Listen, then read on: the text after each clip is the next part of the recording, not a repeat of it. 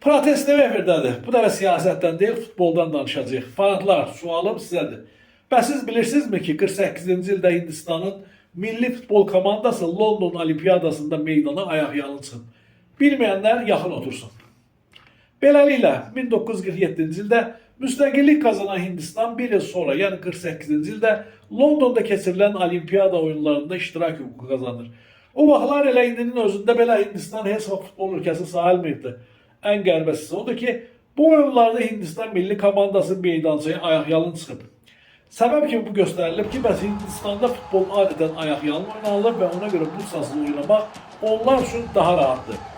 Halbuki 30'lu hokey komandası həmən olimpiyadada meydançaya ayaqqabı ilə çıxmışdı. Amma bu sazlı oynamaqlarına baxmayaraq Hindistanlılar çox peşəkar oyun nümayiş etdiriblər.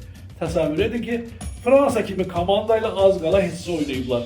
Bu oyunda Fransızların məhz son dəqiqələrdə vurduğu topun sayəsində maç 2-1 hesabı ilə bitirdi. Bundan 2 yıl sonra Hindistan komandası Braziliyada keçirilən dünya çempionatında birbaşa iştiraka dəvət olunsalar da bu alınmır. Belə ki, Hindistan Futbol Federasiyası oyuncuların yenə də ayaqyalın oynayacağını bildirsə də FIFA buna razılıq vermir. Və o vaxtdan indiyədək Hindistan heç vaxt dünya çempionatının seçmə oyunlarında belə iştirak etməyib.